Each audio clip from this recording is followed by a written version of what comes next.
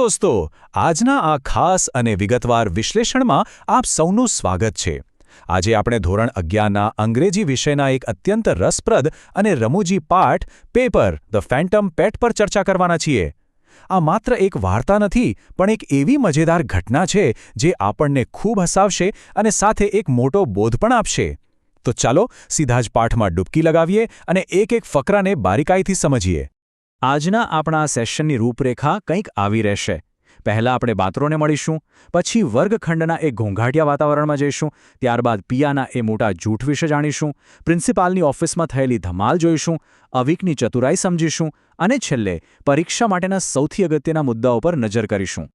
હવે આગળ વધતા પહેલાં આ ટાઇટલનો અર્થ સમજવો બહુ જરૂરી છે.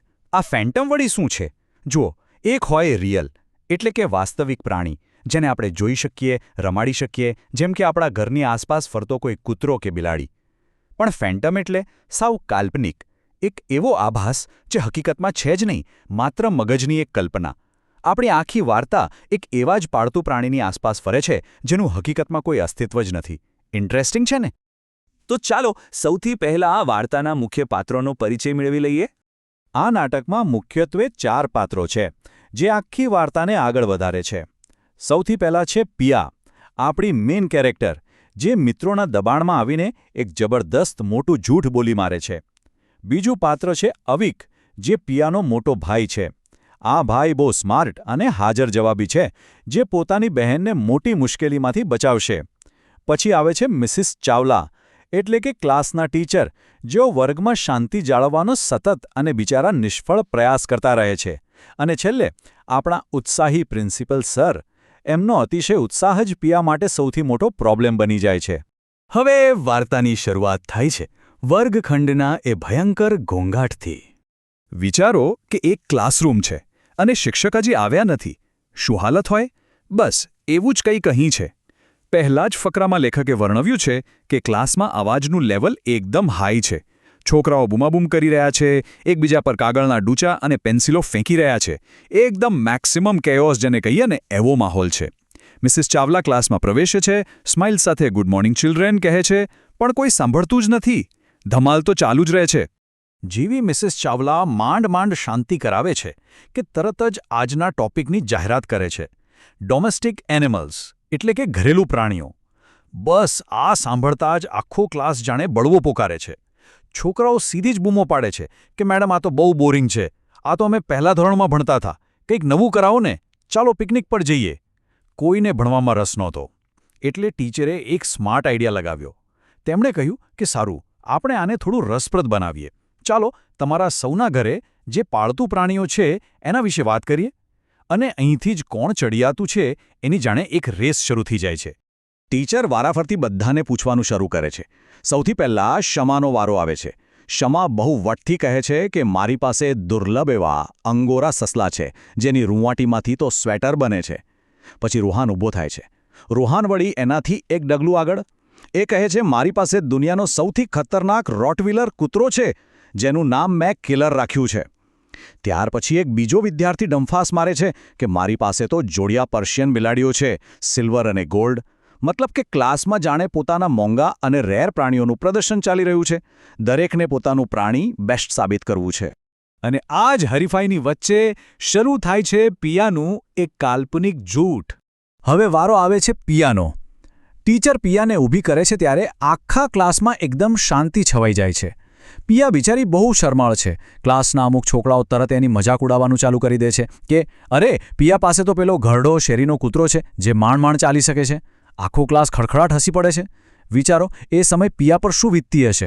તે પિયર પ્રેશર એટલે કે મિત્રોના આ જબરદસ્ત દબાણમાં આવી જાય છે. તે એટલા ધીમા અવાજે બોલવાનો પ્રયાસ કરે છે કે કોઈને સંભળાતું પણ નથી. એને ડર છે કે જો તે શેરીના કૂતરાની વાત કરશે તો આ લોકો એને જીવવા નહીં દે. અને બસ આ દબાણની ચરમસીમા પર પિયા એક ઊંડો શ્વાસ લે છે અને એવું કંઈક બોલી બેસે છે જેણે આખા ક્લાસના હોશ ઉડાડી દીધા. તે અચાનક મોટેથી બોલે છે, મારી પાસે એક કાપુચિન વાંદરી છે. હા, સાચું સાંભળ્યું, કાપુચિન મંકી. આ સાંભળતા જ ક્લાસનો નકશો બદલાઈ જાય છે. જે લોકો હમણાં સુધી એની મજાક ઉડાવતા હતા એ બધા એકદમ ઇમ્પ્રેસ થઈ જાય છે. માત્ર પોતાની ઇજ્જત બચાવવા માટે પિયાના મોઢામાંથી નીકળેલા આ એક વાક્યથી જન્મ થાય છે આ કાલ્પનિક પ્રાણી પેપરનો. હવે જૂઠ તો બોલાઈ ગયું, પણ તેને સાચું તો સાબિત કરવું પડે ને. ફકરા દર ફકરા પિયા એટલી જોરદાર કાલ્પનિક વિગતો ઉમેરે છે કે કોઈને શંકા જ ન જાય. જ્યારે છોકરાઓ પૂછે છે કે તું આ ક્યાંથી લાવી, તો પિયા આખી સ્ટોરી ઘડી કાઢે છે. એ કહે છે કે આ માદા કાપુચીન વાંદરી છે, બહુ દુર્લભ પ્રજાતિ છે. એ મૂળ દક્ષિણ અમેરિકામાં જ જોવા મળે છે. અને મારા કાકા, જે પ્રાણીઓના સ્પેશિયલિસ્ટ છે, તેમણે ખાસ ચીલી દેશમાંથી આને ખરીદી છે. છે ને જબરદસ્ત? આટલી ડિટેલિંગ સાંભળીને તો કોઈ પણ માની જાય. પણ આ જૂઠ લાંબુ ટકતું નથી. ચાલો જોઈએ, પ્રિન્સિપાલની ઓફિસમાં શું ધમાલ થાય છે. ક્લાસમાં તો ઉત્સાહ એટલો વધી ગયો કે બધા મેડમને કહેવા લાગ્યા, મેડમ, પિયાને કહો ને કાલે વાંદરીને સ્કૂલમાં લઈને આવે. બસ એ જ વખતે રિસેસનો બેલ વાગે છે. પિયાને થાય છે કે હાશ, ચલો એક મુશ્કેલી તો ટળી. પણ આખી વાર્તાનો સૌથી મોટો ટ્વિસ્ટ અહીં જ આવે છે. એની એક ફ્રેન્ડ શમા દોડતી દોડતી આવે છે ને કહે છે, પિયા, તને પ્રિન્સિપલ સર ઓફિસમાં બોલાવે છે. બાપરે! આ સાંભળતા જ પિયાના તો પગ નીચેથી જમીન ખસી જાય છે. તે થરથડ કાંપવા લાગે છે કે હે ભગવાન, મારું જૂઠ પકડાઈ ગયું કે શું? પિયા ધ્રુજતા પગે ઓફિસમાં પ્રવેશે છે. પણ અહીં તો કંઈક અલગ જ ચાલી રહ્યું છે. પ્રિન્સિપલ સર ખુદ અતિશય ઉત્સાહમાં છે. એ પિયાને કહે છે, અરે વાહ બેટા, તારા ટીચરે મને કીધું કે તારી પાસે એક અદ્ભુત વાંદરી છે. શું નામ છે એનું? ગરમ મસાલા? જુઓ, અહીં લેખકે કેવી મસ્ત રમૂજ કરી છે. વાંદરીનું કાલ્પનિક નામ પેપર હતું, જેનો અર્થ મરી થાય. પણ પ્રિન્સિપલ સર ઉતાવળમાં એને ગરમ મસાલા કહી બેસે છે. પિયા માંડ ગભરાયેલા અવાજે કહે છે, ના સર, પેપર. અને ત્યાં તો સર એવું બોલે છે કે હું તારા ભાઈને ફોન કરીને કહું છું કે એ પેપરને અત્યારે જ સ્કૂલમાં લઈને આવે. પિયા હવે ચારે બાજુથી ખરાબ રીતે ફસાઈ ચૂકી હતી. અને આવા સમયે જ એન્ટ્રી થાય છે અવિકની. ચાલો જોઈએ અવિકની ચતુરાઈ. બરાબર એ જ ઘડીએ પિયાનો ભાઈ અવિક પ્રિન્સિપાલની ઓફિસમાં એન્ટ્રી મારે છે. આવતા વેત જ પૂછે છે, સર, શું મારી બહેને ફરીથી કોઈ પ્રોબ્લેમ ઊભો કર્યો છે? પ્રિન્સિપલ એકદમ ખુશ થઈને પેપર નામની વાંદરીની વાત કરે છે. હવે અહીં જોવા મળે છે અવિકની અદ્ભુત પ્રેઝન્સ ઓફ માઇન્ડ, એટલે કે સમય સૂચકતા. પ્રિન્સિપાલની અડધી વાત સાંભળતા જ એ આખો ખેલ સમજી જાય છે કે નક્કી પિયાએ સ્કૂલમાં કોઈ બહુ જ મોટી ગપગોળો ચલાવી છે અને હવે બરાબરની ભેરવાઈ છે. પોતાની બહેનને બચાવવા અવિક જે માસ્ટર પ્લાન બનાવે છે એ ખરેખર જબરદસ્ત છે. એના 3 સ્ટેપ છે. પહેલું સ્ટેપ, એ પ્રિન્સિપાલની સામે જ પિયાને વળવાનું નાટક કરે છે. તને કેટલી વાર કીધું છે કે આ પેપર નામની વાંદરી તારા મગજ પર સવાર થઈ ગઈ છે? બીજું સ્ટેપ, એ સરને કહે છે, સર, મારી બહેન અત્યારે બહુ દુઃખી છે કારણ કે વાંદરી બહુ તોફાની હતી. અને પછી માસ્ટર સ્ટ્રોક. ત્રીજું સ્ટેપ, એ બહુ સહેજતાથી કહે છે, એટલે જ મારા મમ્મી પપ્પાએ ગઈકાલે જે વાંદરીને પાછી દક્ષિણ અમેરિકા મોકલી દીધી. Game over. આ એક જ વાક્યથી પ્રિન્સિપાલનો વાંદરી જોવાનો બધો ઉત્સાહ ખતમ થઈ જાય છે. પ્રિન્સિપાલ અને બાકીના મિત્રો તો નિરાશ થાય છે કે વાંદરી જોવા નહીં મળે, પણ પિયા માટે તો આ એક નવજીવન હતું. ઓફિસની બહાર આવીને પિયા એક મોટો હાશકારો અનુભવે છે અને અવિકને થેન્ક યુ કહે છે. પણ શું મોટા ભાઈઓ ખાલી થેન્ક યુથી માને ખરા? અવિક કહે છે, જો ભાઈ, ખાલી આભારથી કામ નહીં ચાલે. મેં તને બચાવી છે, તો હવે આખા મહિના માટે તારા ભાગની બધી જ ચોકલેટ મારી.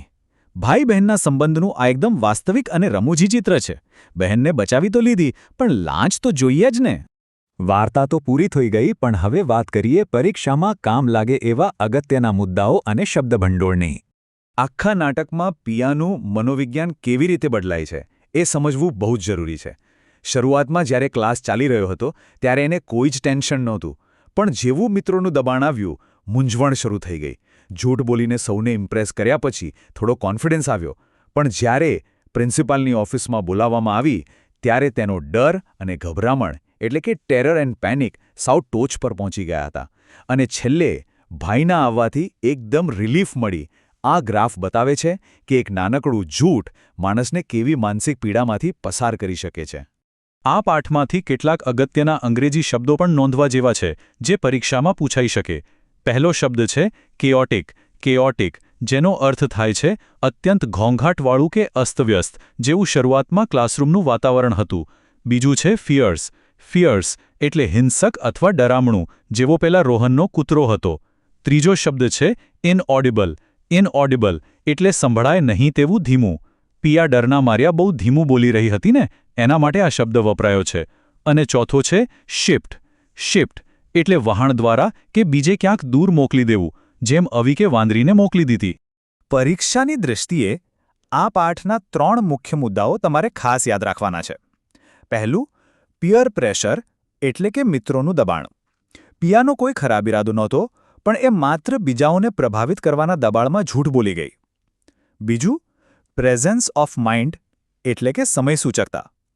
અવિકનું પાત્ર આપણને શીખવાડે છે કે જ્યારે કોઈ કટોકટી આવે ત્યારે મગજ શાંત રાખીને કેવી રીતે રસ્તો કાઢવો. અને ત્રીજું છે આ નાટકની મુખ્ય થીમ, એક નિર્દોષ જૂઠમાંથી ઊભી થતી રમૂજી પરિસ્થિતિઓ અને ભાઈ બહેન વચ્ચેનો નિખાલસ પ્રેમ. તો આજના આ સેશનના અંતે તમારા માટે એક વિચારવા જેવો પ્રશ્ન છે. આપણે જોયું કે એક જૂઠ છુપાવવા બીજું જૂઠ બોલવું પડે, જેને ડોમિનો ઇફેક્ટ કહેવાય. પણ જરા વિચારો, જો અવિકે પ્રિન્સિપાલની ઓફિસમાં જઈને બીજું મોટું જૂઠ બોલવાના બદલે સાચી વાત કહી દીધી હોત કે પિયા માત્ર કલ્પના કરી રહી છે, તો આ વાર્તાનો અંત કેવો હોત? શું પ્રિન્સિપાલ સરે પિયાને હસીને માફ કરી દીધી હોત કે પછી તેને કોઈ મોટી સજા મળી હોત? આ પ્રશ્ન પર જરૂરથી વિચારજો. મને આશા છે કે આજના વિશ્લેષણથી તમને આખો પાઠ એકદમ ક્લિયર થઈ ગયો હશે. તો બસ આવી જ રીતે નવું શીખતા રહો અને આગળ